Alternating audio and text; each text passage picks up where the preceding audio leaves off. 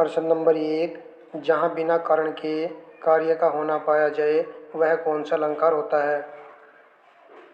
इस प्रश्न का राइट उत्तर है ऑप्शन बी, विभावना अलंकार।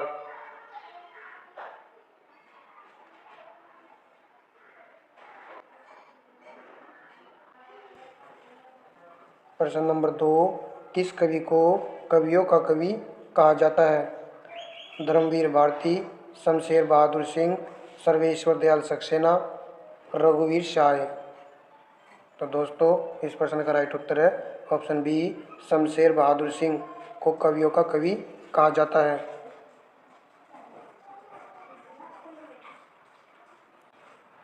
प्रश्न नंबर 3, हिंदी व्याकरण का पाणिनि किसे कहा जाता है? कामता प्रसाद गुरु, रामचंद्र शुक्ल, भोलानाथ तिवारी, किशोरीदास वाजपेयी। इस प्रश्न का राइट उत्तर है ऑप्शन ए, कामता प्रसाद गुरु। दोस्तों कई बार परीक्षा में पूछा गया प्रश्न है। प्रश्न नंबर 4, कन्यादान में कौन सा समास है? बहुव्रीहि, तत्पुरुष, द्विगु, कर्मधारय। इस प्रश्न का राइट उत्तर है ऑप्शन बी, तत्पुरुष समास, कन्या के लिए दान।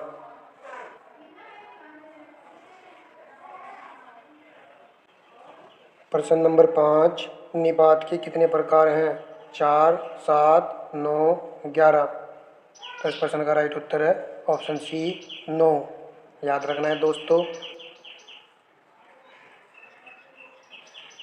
निम्नलिखित में से शुद्ध वर्तनी वाला शब्द है। बताइए दोस्तों किस ऑप्शन की वर्तनी शुद्ध है? ऐसे लिखा जाएगा उज्ज्वल। इस प्रश्न का राइट उत्तर है ऑप्शन बी, उज्ज्वल। उ, अदजय, अदजय, व, ल।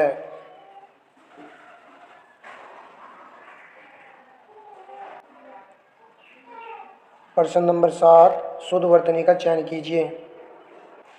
किस ऑप्शन की शुद्ध वर्तनी है? इसका राइट उत्तर है ऑप्शन डी, ज्येष्ठ।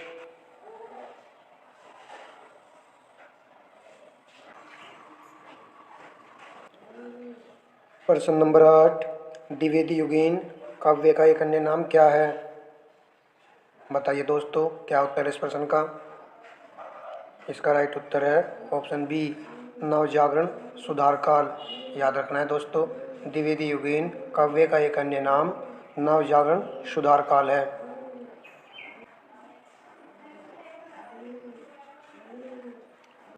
प्रश्न नंबर 9, तद्भव चबूतरे का तत्सम रूप बताइए दोस्तों क्या है?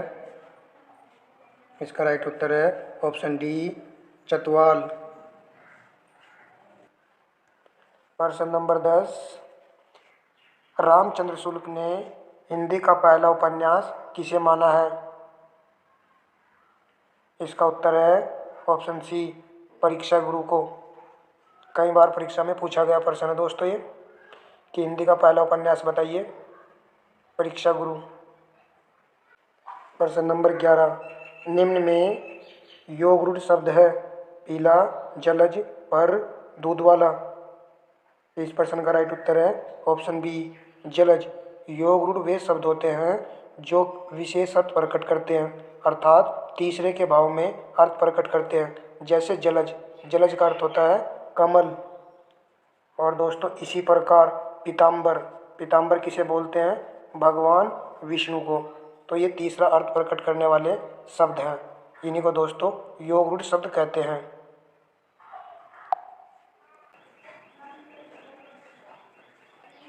प्रश्न नंबर 12, मदनशला का किसका पर्यायवाची है? कौवा, चिड़िया, कोयल, कबूतर। तो इस प्रश्न का राइट उत्तर है ऑप्शन सी, कोयल का। प्रश्न नंबर 13, कमल नयन को चांडी महानतम और देव को ध्यावे में कौन सा अलंकार है? अनुप्रास, सलेश, यमक, रूपक।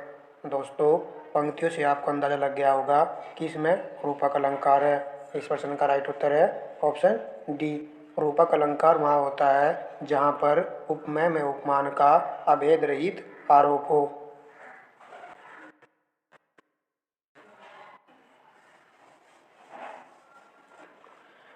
प्रश्न नंबर 14, प्रौढ़ का सही संधि विच्छेद है? क्या उत्तर है इस प्रश्न का? इस प्रश्न का राइट उत्तर है ऑप्शन बी पर प्लस उड।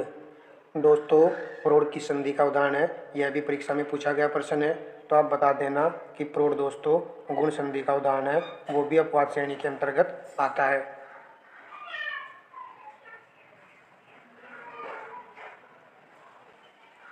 प्रश्न नंबर 15, निम्न में कौन सी सूरदास की रचना है? कवितावली, सूर साहित्य, सूर सागर, प्रेमवर्तिका।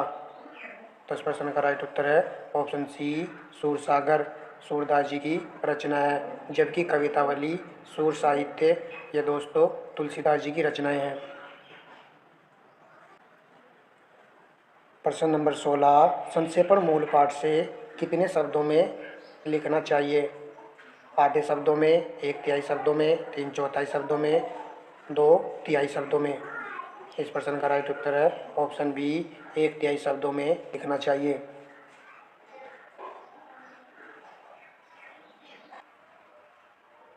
प्रश्न नंबर 17, सावधानी में कौन सा प्रत्यय है? नी, दानी, बड़ी ई, आनी। इस प्रश्न का राइट उत्तर है ऑप्शन सी ई प्रत्यय। दोस्तों, सावधानी में मूल शब्द है सावधान, और ई हमारा प्रत्यय जो बाहर निकल जाएगा।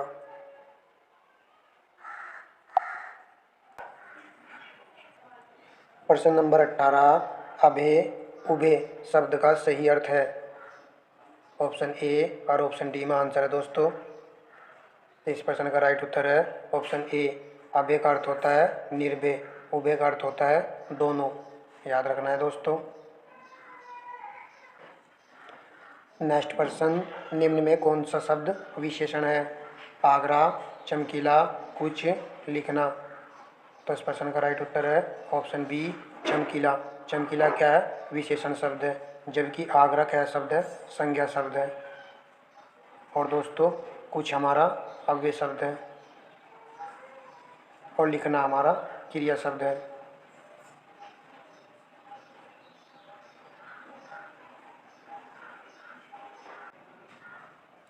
प्रश्न नंबर 20, गणों की सही संख्या है 6, 8, 10, 12। तो इसका उत्तर है ऑप्शन बी 8। नेक्स्ट प्रश्न, दोहा और सोरठा किस प्रकार के छंद है? समवर्णिक, सममात्रिक, अर्धसममात्रिक, विषममात्रिक। इस प्रश्न का राइट उत्तर है ऑप्शन सी अर्धसममात्रिक। दोहा और सोरठा अर्धसममात्रिक छंद है।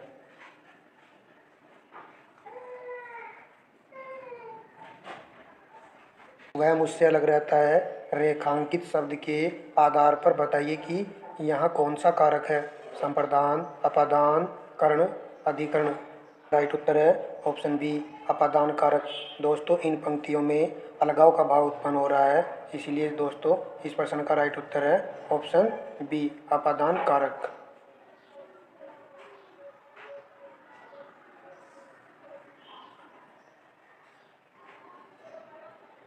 प्रश्न संख्या 23, मैं खाना खा चुकी हूँ वाक्य में कौन सा क्रिया भेद है? संयुक्त क्रिया, नाम धातु क्रिया, पूर्णकालीन क्रिया, द्विकर्मक। इस प्रश्न का राइट उत्तर है ऑप्शन ए संयुक्त क्रिया। खा चुकी, दो क्रिया एक साथ प्रयोग हो रही है दोस्तों, तो इस प्रकार इस प्रश्न का राइट उत्तर रहेगा ऑप्शन ए संयुक्त क्रिया। प्रश्न नंबर 24, निम्न में कौन सा शब्द तद्भव है? यौवन, निर्जर, जीव, स्थान। इसका राइट उत्तर है ऑप्शन बी जीव जो है तद्भव शब्द है। जीव का तत्सम होता है दोस्तों जीवा।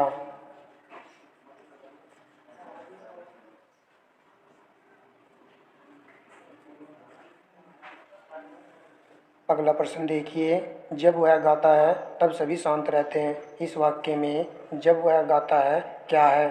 संज्ञा उपवाक्य, विशेषण उपवाक्य, क्रिया विशेषण उपवाक्य, इनमें से कोई नहीं। इस प्रश्न का राइट उत्तर है ऑप्शन सी क्रिया विशेषण उपवाक्य। तो दोस्तों, जो शब्द क्रिया की विशेषता बताते हैं उन्हें क्रिया विशेषण उपवाक्य कहते हैं।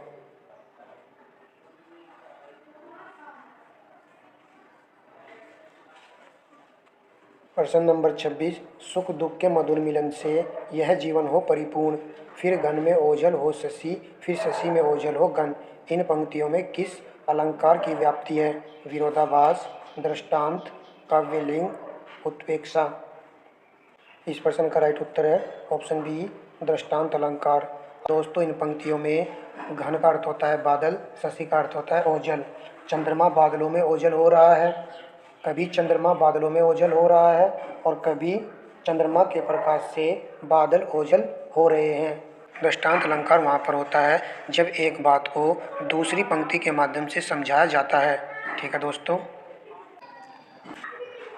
प्रश्न नंबर 28, कुंडलिया छंद में होता है दोहा और रोला, चौपाई और रोला, दोहा और चौपाई, दोहा और सोठा। क्या उत्तर इस प्रश्न का? इसका राइट उत्तर है ऑप्शन ए, दोहा और रोला। पहले दोहा आएगा फिर रोला आएगा। याद रखना है दोस्तों, एक अच्छा प्रश्न है और याद करने की एक ट्रिक है दोस्तों, कुंडल दोला की। प्रश्न नंबर 29, नवजीवन दो घनश्याम हमें में अलंकार है यमक, श्लेष, विप्सा, अनुप्रास। इस प्रश्न का राइट उत्तर है ऑप्शन बी, श्लेष अलंकार। श्लेष अलंकार वहाँ होता है जहाँ पर एक शब्द के अनेक अर्थ होते हैं। यहाँ पर घनश्याम, घनश्याम का एक अर्थ है दोस्तों कर्षण, जबकि दूसरा अर्थ है काले बादल। तो इस प्रकार घनश्याम के यहाँ पर दो अर्थ हुए।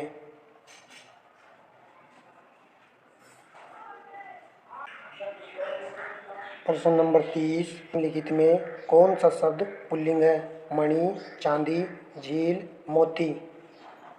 इस प्रश्न का राइट उत्तर है ऑप्शन डी, मोती। मोती क्या है? पुल्लिंग शब्द है, जबकि मणि, चांदी, झील स्त्रीलिंग शब्द हैं। दोस्तों, अगर वीडियो अच्छी लगी है तो प्लीज़ वीडियो को लाइक एंड शेयर कीजिए। धन्यवाद।